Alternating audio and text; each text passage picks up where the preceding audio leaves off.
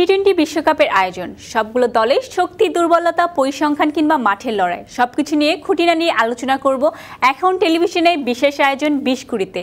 পুরো আয়োজনে আপনাদের সঙ্গে আছি আমি জান্নাতুল সুমনা এবং আমার সঙ্গে থাকবেন ক্রীড়া সাংবাদিক নোমান আব্দুল্লাহ। ধন্যবাদ নোমান আব্দুল্লাহ আমাদের সঙ্গে থাকার জন্য। আজকে ইতিমধ্যেই আমরা বিশ্বকাপের প্রথম ম্যাচটি দেখেছি এবং আজকে শ্রীলঙ্কা এবং সাউথ আফ্রিকার ম্যাচটি দেখলাম। আপনার কাছে কি মনে হচ্ছে এই ম্যাচ সম্পর্কে? হ্যাঁ সুমন, আমরা এখন পর্যন্ত বিশ্বকাপে যে কটি ম্যাচ দেখেছি সবগুলো ম্যাচেই বেশ যেটি চায় দর্শকরা আসলে দেখতে, সবগুলো ম্যাচেই ব্যাপক কম্পিটিশন হয়েছে। আপনি একদম প্রথম ম্যাচ থেকে যদি বলেন, যুক্তরাষ্ট্র এবং কানাডা যে ম্যাচটি খেলেছে একটি হাই ভোল্টেজ ম্যাচ আমরা দেখেছিলাম, হাই স্কোরিং ম্যাচ আমরা দেখেছিলাম। এরপর ওয়েস্ট ইন্ডিজ এবং পাপুয়া নিউগিনি যে ম্যাচটি খেলেছে সেখানে যদিও আমরা লো স্কোরিং ম্যাচ দেখেছি, কিন্তু পাপুয়া নিউগিনি ওয়েস্ট ইন্ডিজকে অনেক চ্যালেঞ্জ জানিয়েছিল এবং ম্যাচটা অনেকটাই জিতে নেওয়ার পক্ষে ছিল, তাদের পক্ষে অনেকটা সময় ছিল। এবং আজকে সকালে আমরা যদি দেখেছি ওমান এবং নামিবিয়ার মধ্যকার যে ম্যাচটা, সেই ম্যাচটাতেও আমরা দেখেছি তুমুল কম্পিটিশন এবং দুটো দল শেষ পর্যন্ত সুপার ওভারে গিয়েছে। তো এই যে তিনটি ম্যাচের কথা আমরা বললাম, সেই তিনটি ম্যাচে আমরা যে কম্পিটিশনটা দেখেছি সেইটি কিন্তু আমরা আজকে দক্ষিণ আফ্রিকা এবং শ্রীলঙ্কার ম্যাচটিতে পাইনি। যদিও এবারের আসরে টি-20 বিশ্বকাপের আজকে আমরা দেখলাম যে প্রথম বিগ ম্যাচ ছিল এটি, কারণ আমরা অন্য দলগুলোকে দেখছিলাম তুলনামূলক সহজ যে বা ছোট যে দলগুলো আমরা বলে থাকি তাদেরই খেলা ছিল ওয়েস্ট ইন্ডিজ ছাড়া। বাট আজকের ম্যাচটাতে হচ্ছে দুটো দলই বড় দল, আমরা খাতা কলমে যদি বলি শ্রীলঙ্কা বা দক্ষিণ আফ্রিকা নামী দল। তো সেই হিসেবে তাদের কাছ থেকে যে কম্পিটিশনটা দর্শকরা প্রত্যাশা করছিল সেটি কিন্তু আমরা পাইনি। শ্রীলঙ্কা শুরুতে ব্যাট করে 77 রানে অল আউট হয়ে গিয়েছে, যেমনটি বলছিলেন। তাছাড়া যদি আমরা উইকেটের কথা বলি, আজকে উইকেটটা দেখবেন যে সাউথ আফ্রিকার বলাররা যেভাবে ডমিনেট করে খেললো, মনেই হচ্ছিল না যে তারা বাইরের কোনো উইকেটে খেলছে, মনে হচ্ছিল সাউথ আফ্রিকার উইকেটে খেলছে। এবং একটু শ্রীলঙ্কার সাইড থেকেও মনে হচ্ছিল স্ট্রাগল, স্পেশালি পেস অ্যান্ড বাউন্সে স্ট্রাগল করছিল। এবং আউটফিল্ডের কথাও যদি বলি, একদম নতুন উইকেট প্লাস নতুন মাঠে খেলা হচ্ছিল, মনে হচ্ছিল একটু স্যান্ডি বল, কিন্তু বেশি দূর যাচ্ছিল না। সেক্ষেত্রে আপনার কাছে কি মনে হয় এই আজকের উইকেটটা সম্পর্কে যদি কিছু বলতে চান? নাসাউ কাউন্টি ক্রিকেট স্টেডিয়ামে খেলা হচ্ছে, যে স্টেডিয়ামটার কথা একটু বলে রাখি আপনাকে। 5 মাস আগে স্টেডিয়ামটির কাজ শুরু হয়।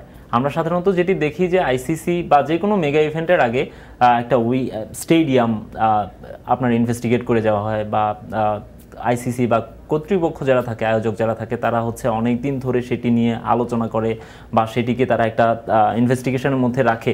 কিন্তু যুক্তরাষ্ট্র আয়োজক হওয়ার কারণেই বা আইসিসি চাচ্ছে যে সেখানে আয়োজনটা হোক, কারণ শক্তিধর একটা দেশ, সেই দেশটাতে যদি ক্রিকেটটাকে ছড়িয়ে দেয়া যায়, সব কিছু চিন্তাভাবনা করেই আইসিসি যেহেতু তাদেরকে দিয়েছে, তা আইসিসি তাদেরকে এই সুযোগটাও দিয়েছে যে একটা মাঠ তারা কয়েক মাসের মধ্যে তৈরি করুক।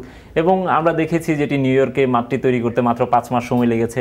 সো আপনার এই 5 মাসে কিন্তু একটা ক্রিকেট স্টেডিয়াম তৈরি করা সহজ না। আপনারা ক্রিকেট খেলেন, আপনারা জানার কথা, একটা আউটফিল্ড তৈরি করা কিন্তু এত সহজ না যে রাতারাতি হয়ে যাবে, বা একটা উইকেট তৈরি করা। আমরা দেখেছি যে অনেক উইকেট কিন্তু বছরের পর বছর ধরে সময় নেওয়া হয়, বা একটা গ্রাসি উইকেট করতে কি পরিমাণ সময় লাগে আপনারা জানেন।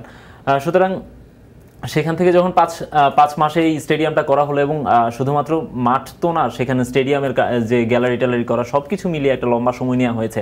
আউটফিল্ডের কথা আপনি যেটি বলছিলেন যে স্যান্ডি আউটফিল্ড আপনি বলছিলেন, আমরা দেখেছি যে আউটফিল্ডটা অনেক স্লো। ইভেন ব্যাটাররা খুবই রান করতে কিন্তু তাদের খুবই হাঁসফাঁস করতে হচ্ছিল, বিশেষ করে 4 কিন্তু তারা কোনোভাবেই বাউন্ডারি লাইন পর্যন্ত বলটাকে নিয়ে যাওয়া মনে হচ্ছিল অনেক কঠিন।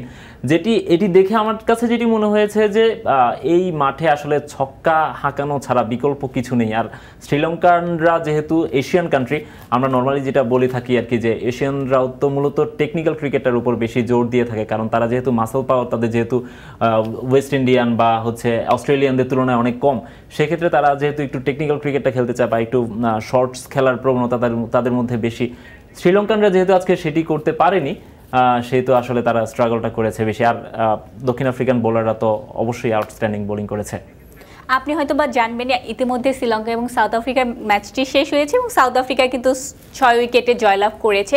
আমরা একটু সাউথ আফ্রিকা এবং শ্রীলঙ্কার ম্যাচের মধ্যে কিছু প্লেয়ারের স্টার্টটা দেখব। সেক্ষেত্রে আপনি যদি দেখেন, এনরিকের 4 ওভার বোলিং করেছে, 7 উইকেট নিয়েছে, 4 উইকেট 4 উইকেট নিয়েছেন, 7 মাত্র রান 7 রান দিয়েছে এবং খরচায়। 4 উইকেট নিয়েছে। ইকোনমি রেটটা দেখেন যদি 1.75, এটা কিন্তু এখনকার প্রেক্ষাপটে টি-20 ক্রিকেটে আনবিলিভেবল। সেক্ষেত্রে আপনার কাছে কি ব্যাখ্যা থাকবে? আমার কাছে তো মনে হয় না যে টি-20 ক্রিকেটে আমরা আসলে এই ধরনের ইকোনমি রেট দেখি কিনা। এটা টেস্টের ইকোনমি রেট হতে পারে, 4 ওভারে 7 রান খরচ করা এবং 4টা উইকেট তুলে নেওয়া। আমার মনে হয় টি-20 সহ মানে সবসময় এই ধরনের ছবি দেখে না।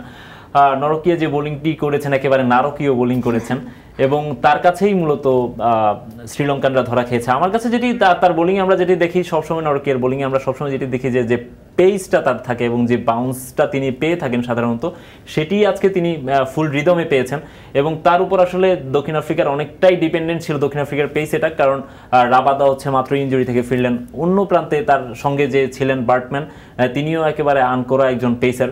সব মিলিয়ে তার উপর অনেক বড় একটা দায়িত্ব ছিল এবং বিগ প্লেয়াররা যেটি করে থাকেন বড় স্টেজে তারা সবসময় নিজেদের দায়িত্ব যেমনটি আমি বলছিলাম প্রথমেই যে মনে হচ্ছিল সাউথ আফ্রিকার উইকেটে খেলছে। তাদের পেস বোলাররা যেভাবে বোলিং করেছে এবং পেস অ্যান্ড বাউন্সে ব্যাটার যেভাবে পরাস্ত করেছে সেটা কিন্তু আনবিলিভেবল। আরেকটা জিনিস আমি আরেকটু ইনক্লুড করতে চাই, আপনি হয়তোবা জানবেন যে এটা কিন্তু গ্রুপ ডি এর খেলা ছিল এবং বাংলাদেশ এই গ্রুপ ডিতে রয়েছে সাউথ আফ্রিকা সহ, শ্রীলঙ্কা সহ, বাংলাদেশ, নেদারল্যান্ডস এবং নেপাল এই গ্রুপ ডিতে রয়েছে। তো সেই ক্ষেত্রে কিন্তু বাংলাদেশের জন্য সাউথ আফ্রিকাকে ফেস করাটা অনেক বেশি কঠিন হবে। আমরা যদি আরেকজন বোলারের স্টার্ট দেখি, পোর্টনেল বার্টম্যানের কথা একটু সুমন আপনাকে বলি। তিনি কিন্তু ইন্টারন্যাশনাল ক্রিকেট খেলছেন খুব বেশি দিন হয়নি, মাত্রই যে ওয়েস্ট ইন্ডিজের সঙ্গে দক্ষিণ আফ্রিকা যে সিরিজটি খেললো সেখানে তার অভিষেক হয়েছে। একটি মাত্র ম্যাচ তিনি খেলার সুযোগ পেয়েছিলেন, সেই ম্যাচে 3টি উইকেট তিনি নিয়েছিলেন। তারপরে আজকে তিনি তাকে দলে সেরা একাদশে নেওয়া হয়েছে এবং তিনি যে বোলিংটা করেছে আপনি একটু তার স্ট্যাটটা দেখলেই বুঝতে পারবেন। 4 ওভার করে মাত্র 9 রান খরচ করেছেন তিনি, একটি উইকেট তিনি নিয়েছেন। যে উইকেটটা তিনি নিয়েছেন সেটি হচ্ছে শ্রীলঙ্কার প্রথম উইকেট, শ্রীলঙ্কার ইনিংসের প্রথম উইকেট। তিনি নিশাঙ্কাকে আউট করেছিলেন, ব্রেক থ্রুটা তিনি এনে দিয়েছিলেন। এবং আমার কাছে যেটি আপনি ইকোনমি রেটটাও দেখেন, এটিও আসলে টি-20 ইকোনমি না, আনবিলিভেবল একটা স্ট্যাট। বার্টম্যানের আমার কাছে যেটি মনে হয়েছে যে তিনি যে লাইনটাতে বল ফেলতে চান আমার মনে হয় তিনি সেখানেই ফেলতে পেরেছেন, যেটা পেসারদের জন্য হচ্ছে অনেক বড় একটা ব্যাপার যে তারা আসলে নিজের বোলিংয়ের উপর কন্ট্রোলটা। এবং বিশ্বকাপে নিজের প্রথম ম্যাচ খেলতে নেমে খুবই কম বয়সী একজন ক্রিকেটার পেসার বিশ্বকাপে নিজের প্রথম ম্যাচ খেলতে এসেছেন, ইন্টারন্যাশনাল ক্রিকেটে মাত্র দ্বিতীয় ম্যাচ খেলতে নেমেছেন। সেখান থেকে তিনি যদি প্রত্যেকটা বল লাইন লেন্থ মেনটেন করে ফেলতে পারেন সেটা নিশ্চয়ই অনেক বড় একটা ব্যাপার। যেমনটি বলছিলেন যে আমিও যেমনটি বলছিলাম যে আমাদের গ্রুপেই কিন্তু সাউথ আফ্রিকা রয়েছে এবং শ্রীলঙ্কাও রয়েছে। আপনার কাছে কি মনে হয় যে বাংলাদেশ প্রস্তুত এই পেস অ্যান্ড বাউন্স সামলানোর জন্য, স্পেশালি এরকম উইকেটে খেলা হলে? হ্যাঁ, বাংলাদেশের কিন্তু এখানে একটা ম্যাচ আছে, আপনার এই নাসাউ কাউন্টি স্টেডিয়ামে বাংলাদেশের একটি খেলা আছে। সেখানে দক্ষিণ আফ্রিকার সঙ্গেই বাংলাদেশকে খেলতে হবে আনফরচুনেটলি। সুতরাং দক্ষিণ আফ্রিকা আজকে এখানে যেভাবে খেললো, বাংলাদেশও কিন্তু এখানে একটি ম্যাচ খেলেছে। বাংলাদেশের যে গ্রুপটি আমরা দেখতে পাচ্ছি এখানে নেপাল, নেদারল্যান্ডস, দক্ষিণ আফ্রিকা এবং শ্রীলঙ্কা, এর মধ্যে দক্ষিণ আফ্রিকার সঙ্গেই বাংলাদেশকে এই মাঠটাতে খেলতে হবে। বাংলাদেশ কিন্তু এই মাঠে একটা ম্যাচ খেলেছে ভারতের সঙ্গে, বাংলাদেশ যে প্রস্তুতি ম্যাচটি খেলেছে সম্ভবত এই মাঠের প্রথম ম্যাচই ছিল সেটি, এবং সেখানে বাংলাদেশ আনফরচুনেটলি বড় ব্যবধানে হেরে গেছে ভারতের কাছে। আমি যদি একটু কিছু যোগ করি, আমি জানি না আপনি জানেন কিনা, ইয়ান বিশপ কিন্তু একটি কমেন্ট করেছে এই বিশ্বকাপে বাংলাদেশ একমাত্র দল যাদের পসিবিলিটি রয়েছে ছোট টিমের সাথে হারা। এবং বাংলাদেশের যদি আপনি রিসেন্ট পারফরমেন্স দেখেন, ইউএসএর সাথে হারলো এবং ইন্ডিয়ার সাথে বড় ব্যবধানে হারলো। সেই ক্ষেত্রে আপনি কি বলবেন ইয়ান বিশপের এই মন্তব্যটাকে? এটা কি টিমকে একটু ডিমোটিভেটেড করবে? আমার মনে হয় যারা প্রফেশনাল ক্রিকেটার বা প্রফেশনাল টিম বিশ্বকাপের মতো স্টেজে যারা খেলতে গেছে তাদেরকে হচ্ছে এই ধরনের নেতিবাচক মন্তব্যগুলোতে তাদের আসলে দমে যাওয়ার কথা না, বা সে ধরনের মেন্টালিটি বাংলাদেশের ক্রিকেটার বা যে কোনো প্রফেশনাল ক্রিকেটার রাখার কথা না। তবে একটা জেদ তাদের তৈরি হওয়ার কথা, কারণ বিশপ যেটি বলেছেন একেবারে ভুল কিন্তু বলেননি, বা বাংলাদেশের ক্রিকেটারদেরকে তিনি ডিমোরালাইজ করার জন্য বলেননি। যেটি বাস্তবতা সেটি তিনি বলেছেন। বাংলাদেশ যুক্তরাষ্ট্রের কাছে সিরিজ হেরেছে, তার আগে জিম্বাবুয়ের সঙ্গে ঘরের মাঠে একটা ম্যাচ হেরে গিয়েছে, শ্রীলঙ্কার বিপক্ষে নিজেদের ঘরের মাঠে সিরিজ হেরেছে, ভারতের কাছে 61 রানের বড় ব্যবধানে হেরেছে। সব মিলিয়ে ইয়ান বিশপ যেটি বলেছেন সেটি বাংলাদেশের জন্য, আমাদের জন্য শুনতে খারাপ লাগবে, কিন্তু তিনি খারাপ কথা বলেননি, বা বাস্তবতা নিরিখে একটা কথা বলা। এবং বাংলাদেশের সেই সম্ভাবনাও আপনি কিন্তু একেবারে উড়িয়ে দিতে পারবেন না। বাংলাদেশ কিন্তু নেদারল্যান্ডস আছে বাংলাদেশের গ্রুপে, সেই নেদারল্যান্ডসও যদি বাংলাদেশকে হারিয়ে দেয় আমরা আসলে এখন আর অবাক হওয়ার মতো পরিস্থিতিতে নেই, কারণ আমরা এই ধরনের পরিস্থিতিতে পড়েছি অলরেডি। তবে আমার কাছে, আমি ব্যক্তিগতভাবে মনে করি যে ইয়ান বিশপ যেটি বলেছে সেটি বাংলাদেশের ক্রিকেটারদেরকে যদি জেদি বানিয়ে দেয় বা বাংলাদেশের ক্রিকেটার যদি তাকে ভুল প্রমাণ করতে চান, সেক্ষেত্রে আমরা মনে হয় একটু বেশি খুশি হব। আরেকটা জিনিস বলে রাখি, এখন পর্যন্ত কিন্তু বাংলাদেশ এই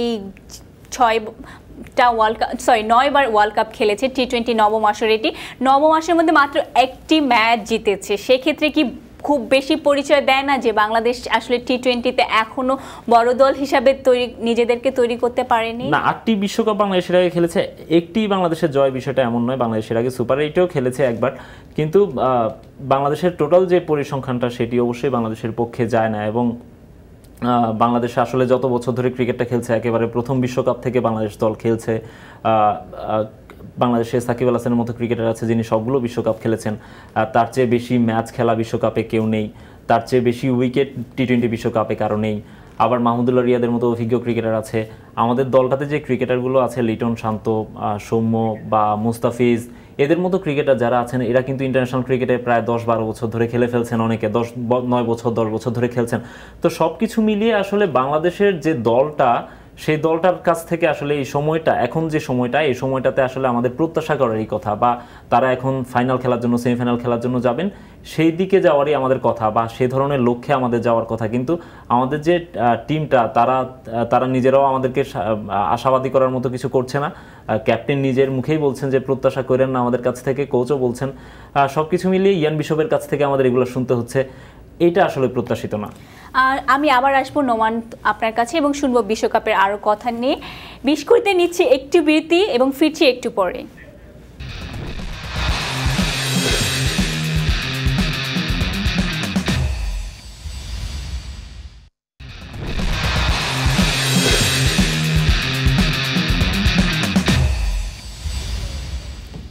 বিরতির পর ফিরে এলাম, আপনারা দেখছেন বিস্কুটে। যেমনটি বলছিলেন নোমান আপনি, যে গ্রুপ ডিটা আমরা দেখলাম এবং আজকালকে সকালে আবার গ্রুপ সি এর একটি ম্যাচ রয়েছে। তো আপনার কাছে, আপনি যদি নেক্সট যে ম্যাচটি রয়েছে আগামীকাল সকালে, সেই ম্যাচ সম্পর্কে কিছু বলেন এবং আমার দর্শকদের কিছু ইনফরমেশন দেন কিছু প্লেয়ার সম্পর্কে। শোনা, কালকে যে গ্রুপটির খেলা, কালকে যে ম্যাচটি খেলা হবে আফগানিস্তান এবং উগান্ডার ম্যাচ, আমরা একটু গ্রুপটা দেখে নিই ম্যাচটি সম্পর্কে কথা বলার আগে। Afghanistan, New Zealand, Papua New Guinea, Uganda এবং ওয়েস্ট ইন্ডিজ আছে। এই গ্রুপটা আমার কাছে মনে হয় কম্পারেটিভলি অনেকটা ডেথ গ্রুপের মতো। কেন বলছি? কারণ নিউজিল্যান্ড এবং ওয়েস্ট ইন্ডিজ নামে ভারে অনেক বড় দল, কিন্তু আফগানিস্তান টি20তে অনেক ভালো ক্রিকেট খেলে এবং আমার কাছে মনে হয় যে নিউজিল্যান্ড বা ওয়েস্ট ইন্ডিজের চেয়েও আফগানিস্তানের পরের রাউন্ডে যাওয়ার একটা ভালো সম্ভাবনা থাকে। এবং কালকে যে ম্যাচটি হবে উগান্ডা এবং আফগানিস্তানের, উগান্ডার সম্পর্কে আসলে খুব বেশি ধারণা নেই ক্রিকেট বিশ্বের, সেক্ষেত্রে তারা একটা বড় চমক দিতে পারে। আমরা দেখেছি বিশ্বকাপে কোয়ালিফাইও করেছে তারা কিন্তু একটা চমক দিয়ে।